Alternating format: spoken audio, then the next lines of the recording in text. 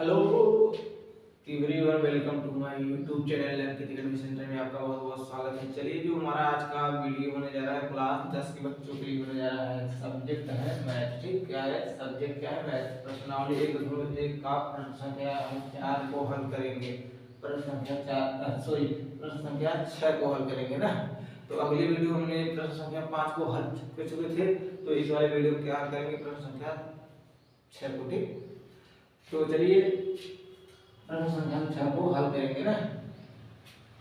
तो ध्यान से देखेंगे, प्रश्न कहता क्या है।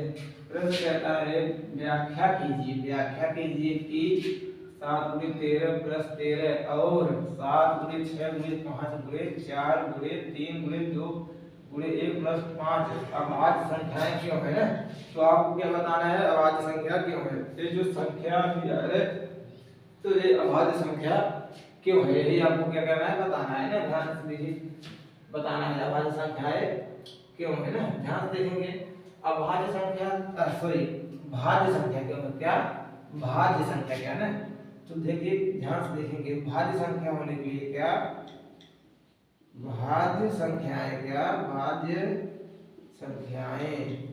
भाज्य संख्या कब होगी, जैसे हम लिखेंगे 2 3 4 5 6, जैसे देंगे हम 12, कोई भी सवाल लीजिए, कोई भी एक नंबर ले लीजिए। ध्यान से देखेंगे, यहाँ से अगर 2 को करेंगे, 2 का भाज्य गुणनखंड करेंगे, 2 × 1 होगा, और 3 का करेंगे होगा 3 × क्या होगा, 3 × 1 होगा। अगर 4 का करेंगे होगा 2 × 2 × 1 होगा, और यही हम 5 का करेंगे तो होगा 5 का होगा। ध्यान से देखेंगे, 5 × 1 होगा, और 6 का करेंगे होगा 3 × 2 होगा, चाहे 2 × 3 लिखिए, चाहे 3 × 2 लिखिए, आप करना 2 × 3 × 1 होगा। ये हम 12 का करेंगे तो होगा 2 × 3 × 4 2 6 सॉरी 2 दूना 3 होगा, 2 दूना 4, यही 12 का 12 ये हो सकता है। ध्यान से देखेंगे, इनमें से कौन कौन जो अभाज्य संख्या, 3 अभाज्य संख्या, 5 अभाज्य संख्या है ना। तो देखेंगे इनका जो कौन कौन सा है, 2 3 5, एक है अभाज्य संख्या। तो ध्यान से देखेंगे, जो अभाज्य संख्या होगी उनका गुणनखंड करने का 2 ही अंक होगा, 2 ही अंक मिला है ना। यहाँ पर देखिए, इसका भी 2 अंक, इसका भी 2 ही अंक है। ध्यान से देखिए, 2 का भी 2 अंक, 3 का भी 2 अंक, और 5 का भी 2 ही अंक है ना। तो यहाँ से हम बता सकते हैं, जो अभाज्य संख्याएं होती हैं उनका गुणनखंड करने पर 2 ही अंक मिलता है, और जो भाज्य संख्या होती है उसका गुणनखंड करने पर 3 या 3 से अधिक भी मिल सकते हैं। ध्यान रखेंगे, भाज्य संख्या 4 है, 6 है और 12 ना। तो देखिए 4 का गुणनखंड 3 है, 3 अंक है ना, 1 2 3 अंक है। ऐसे 6 का भी 1 2 3 अंक है। यहाँ 12 का देखिए 1 2 3 4 है। और ले लेंगे दूसरा कोई लेना चाहते हैं, जैसे लेंगे अगर 32, तो 32 का करना चाहेंगे करेंगे, अभाज्य गुणनखंड होगा 16, 2 से काटेंगे होगा 8, 2 से काटेंगे होगा 4, फिर 2 से काटेंगे 2, और 2 से काटेंगे 1 ना। करो तो इसका देखिए 32 का अभाज्य गुणनखंड जो किया, यहाँ देखिए कितना अंक मिला, 1 2 3 4 5 ना। तो ध्यान रखेंगे, जब 2 से अधिक मिलेगा गुणनखंड में, किसी का गुणनखंड करने पर 2 से अधिक अंक प्राप्त होता है, तो उसे क्या कहते हैं, भाज्य संख्या है ना। तो समझ में आया भाज्य संख्या कैसे पहचानेंगे। इसी प्रकार हम इस सवाल को आगे हल करेंगे ना। तो यहाँ पर लिखेंगे हल, क्या लिखेंगे, हल ना। तो ध्यान से देखिए कितना है, 7 × 13 प्लस 13 ना।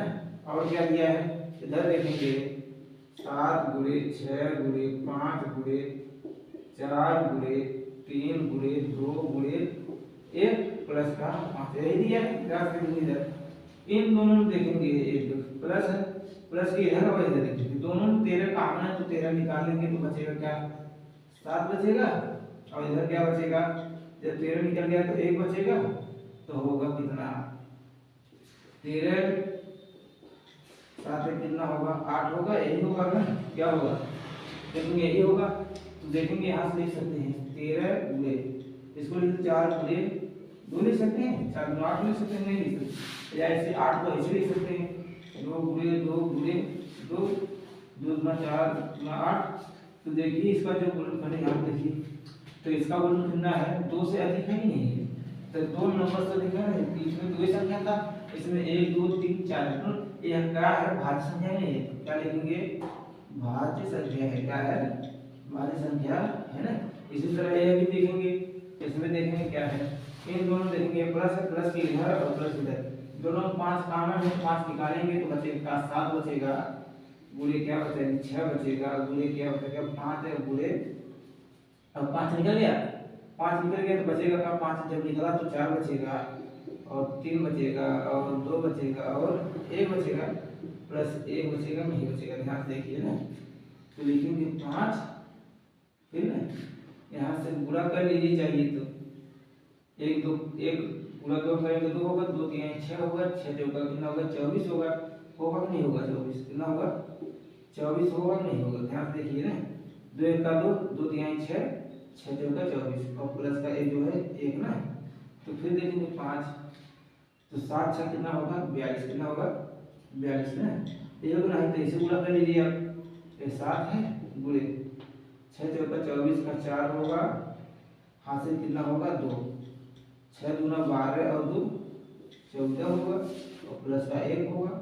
फिर देखेंगे यहाँ 5, इसका कहीं कितना होगा, करेंगे 7 चौका 28 का 8, हासिल 2, 7 चौका 28 और 2 30 का 0, हासिल 3 होगा, 7 का 7 3 10 होगा और प्लस का 1 होगा। ध्यान देखिए यहाँ पर, तो 5 होगा 109 होगा, 108 में 1 जोड़ देंगे 100 होगा नहीं होगा, तो क्या होगा 109 होगा।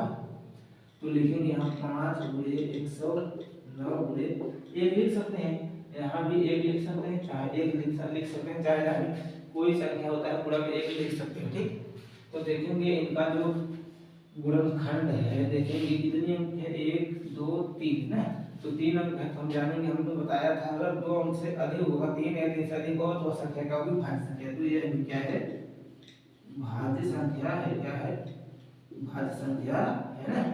तो चलिए आपको यह सवाल समझ में आ गया। अगर कहीं आपको यह दिक्कत लगे तो आप कमेंट बॉक्स में कमेंट कर सकते हैं, इसे हम दोबारा बताने का प्रयास करेंगे। तो चलिए इसी तरह की वीडियो पाने के लिए हमारे चैनल को सब्सक्राइब कर लीजिए ताकि आपको तुरंत डेली वीडियो मिल जाया करे ना। तो चलिए आज के लिए बस इतना ही, हम अगले साथ अगले वीडियो में आपसे मिलेंगे। चलिए बस यही।